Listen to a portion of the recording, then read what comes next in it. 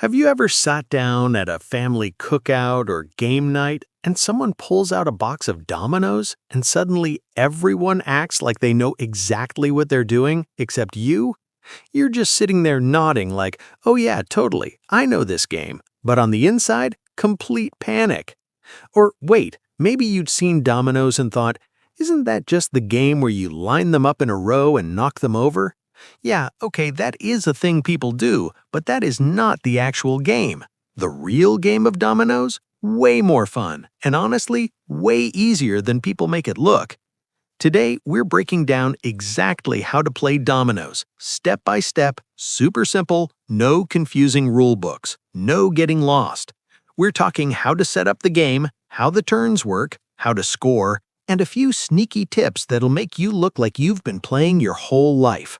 And stick around to the very end, because we're going to cover one mistake that almost every beginner makes that's quietly costing them the game.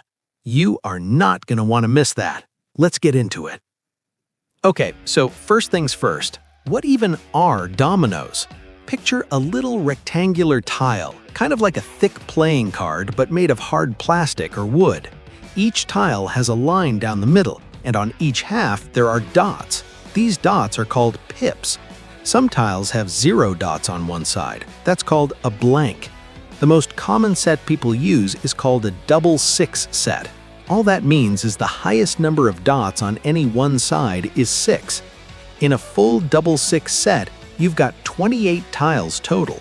Everything from the blank blank tile, 0 on both sides, all the way up to the 6-6, which is called the double 6. And trust me, that tile becomes a pretty big deal during the game. Now, here's something most people have absolutely no idea about. Dominoes have been around for a long time. Like, we're talking centuries here. The game is believed to have originated in China way back in the 1200s, and it eventually made its way to Europe by the 1700s. Italians are usually credited with bringing it to Europe, probably through trade routes from Asia. So yeah, when you sit down to play dominoes at your kitchen table, you're basically participating in a tradition that's roughly 800 years old. That's kind of wild when you think about it. Alright, so how do you actually get the game going? First, you flip all the tiles face down on the table and mix them up, kind of like shuffling playing cards, except you just swirl them around with your hands. This shuffled pile of face-down tiles is called the Boneyard, which honestly is a fantastic name, and I will not hear otherwise. Now, each player draws a certain number of tiles from the Boneyard, and you keep yours hidden from everyone else. Stand them up on their edges so only you can see the dots. Here's how many tiles each player draws depending on the group size. If it's 2 players, each draws 7 tiles. 3 or 4 players, each draws 5 tiles.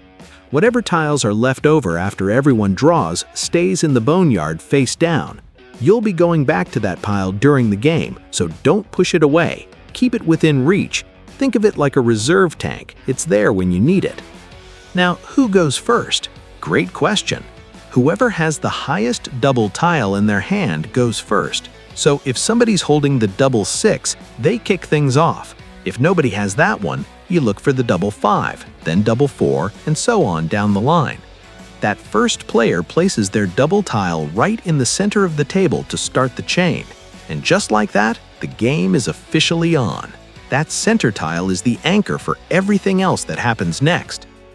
Hey, real quick before we keep going, if you're the kind of person who loves learning how games work, you are in exactly the right place.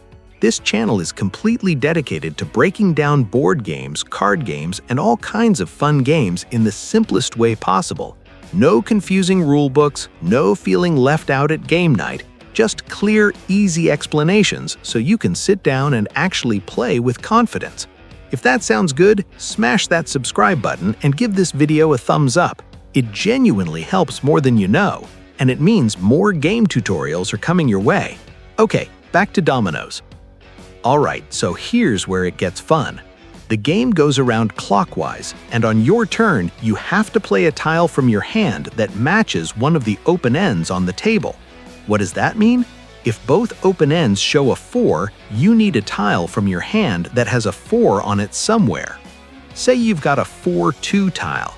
You place it down, connecting the 4 side to the 4 on the table.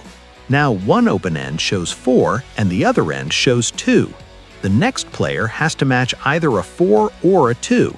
See how it works? The chain keeps growing, taking turns, and it kind of snakes across the table in different directions. Now, what if you don't have a tile that matches either open end? That's what the Boneyard is for. You reach in and draw a tile. If it matches, great, play it immediately. If it still doesn't match, you just skip your turn and wait. No big penalty. You just sit there looking slightly stressed while everyone else plays. Totally normal. One more thing about doubles. When you play a double tile, you lay it sideways, crosswise on the chain. That tile extends the chain in a new direction.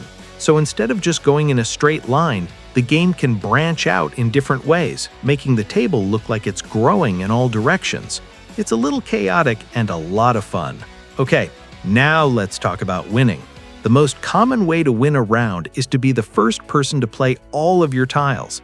When you put down your very last tile, you say, "Domino." Yes, that's actually where the expression comes from, and the round is over. You win that round. But here's the thing most beginners don't realize. Dominoes is usually played over multiple rounds until someone reaches a point total, like 100 or 150 points.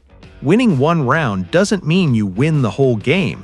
You need to keep stacking those points across several rounds. So how does scoring work?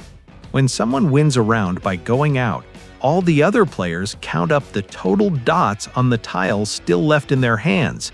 That total becomes points for the winner. So if you're holding a 6-5 and a 4-3 tile when someone else goes out, that's 18 dots, 18 points handed right to them. Ouch! This is where the sneaky strategy kicks in. You don't just want to get rid of tiles fast. You want to get rid of your high dot tiles first, because if someone else goes out before you, those big tiles sitting in your hand are basically handing them free points. The 6-6 tile? That's 12 dots of pure danger if you're still holding it. Now, sometimes nobody can go out at all. That happens when the Boneyard runs dry and nobody has a tile that matches either open end. We call that a blocked game. When it's blocked, everyone counts their remaining dots, and whoever has the least dots wins that round.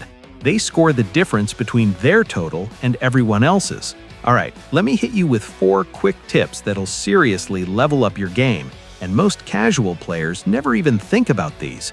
First tip, play your doubles early. Doubles are the hardest tiles to match because both numbers are the same. The longer they sit in your hand, the more likely you'll be stuck holding them when the round ends. Get rid of them fast. Tip 2, watch what numbers your opponents are not playing. If someone keeps skipping their turn or drawing from the Boneyard on a certain number, there's a pretty good chance they don't have it. You can use that information to your advantage. Pay attention. The game is telling you things if you listen. Tip 3, try to control the open ends of the chain. The numbers showing at the 2 open ends determine what tiles can be played next. If you can steer those open ends toward numbers you have a lot of, you're putting yourself in a really powerful position and quietly making life harder for everyone else. Tip 4, and this is the one most beginners completely miss, don't just race to go out. Sometimes holding a tile for one more turn because it sets you up strategically is way smarter than dumping it immediately. Going out fast is good. Going out smart is better. There's a big difference. And that's basically it. That's how you play dominoes. It's one of those games that takes about 5 minutes to learn and years to truly master. And that combination is exactly what makes it so good. You can teach it to a kid, a grandparent, or someone who's never played a day in their life, and they'll be having fun within minutes. Quick recap. Flip the tiles, draw your hand, match the dots to build the chain, get rid of your high dot tiles early, and either go out first or have the fewest dots when the game blocks up. First player to hit the point goal, 100, 150, whatever you agreed on, wins the whole thing. Now go find a set of dominoes, grab some people, and play. I promise you, once you start, it's hard to stop. Hey, if this video helped you figure out how to play dominoes, do me a favor and drop a comment down below right now. Tell me, have you played dominoes before, or is this your first time learning? I seriously love reading those, so don't be shy. And if you know someone who always pretends to understand games but secretly has no clue, send this video to them. You'd be doing them a huge favor and maybe saving them from that panic face at the next family game night. If you found this helpful, hit that thumbs up. It takes 2 seconds and makes a massive difference. Hit subscribe, tap the notification bell, and stay tuned. There's a whole lineup of game tutorials coming your way. I'll catch you in the next one.